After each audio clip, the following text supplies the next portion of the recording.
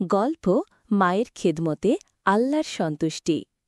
মায়ের পায়ের নিচে সন্তানের বেহেশত, এই কথাটি ছোট্ট এহসান সবসময় মনে রাখে। প্রতিদিনের মতো আজও এহসান সকালে স্কুলে গেল। বিকেলে বাসায় ফিরে দেখে মা বিছানায় শুয়ে আছেন আর ছোট ভাই ইরফান কাঁদছে। স্কুল ব্যাগ রেখে কাপড় বদলে সে ছোট ভাইকে জিজ্ঞেস করল, ইরফান, তুমি কাঁদছ কেন?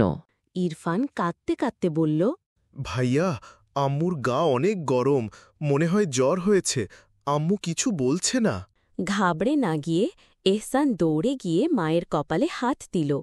সত্যি মার শরীর অনেক গরম। ড্রয়ার থেকে থার্মোমিটার এনে পরিমাপ করল ১০২ ডিগ্রি জ্বর। বাবা ঢাকার বাইরে অফিসের কাজে গিয়েছেন।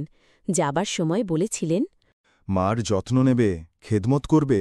মায়ের খেদমতেই আল্লাহ খুশি হন। এই কথা মনে করেই এহসান ছোট ভাই ইরফানকে বলল, চলো আমরা আম্মুর সেবা করি।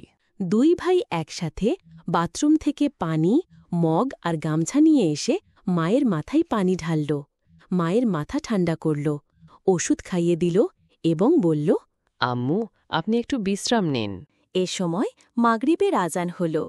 এহসান ও ইরফান একসাথে অজু করে নামাজে দাঁড়াল।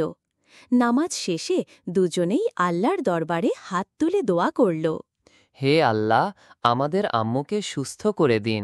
দু ভাইয়ের আন্তরিক দোয়া ও যত্ন দেখে মা ধীরে ধীরে উঠে বসে পড়লেন। মা দুই ছেলেকে ডেকে কাছে নিলেন। এহসান কপালে হাত দিয়ে খুশি হয়ে বলল, ইরফান, দেখো আম্মুর জ্বর সেরে গেছে। মা আবেগে দুই ছেলেকে জড়িয়ে ধরে চোখ ভেজা কণ্ঠে বললেন, হে আল্লাহ, আমার এই দুই সন্তানকে আপনি নেক বান্দা বানিয়ে দিন।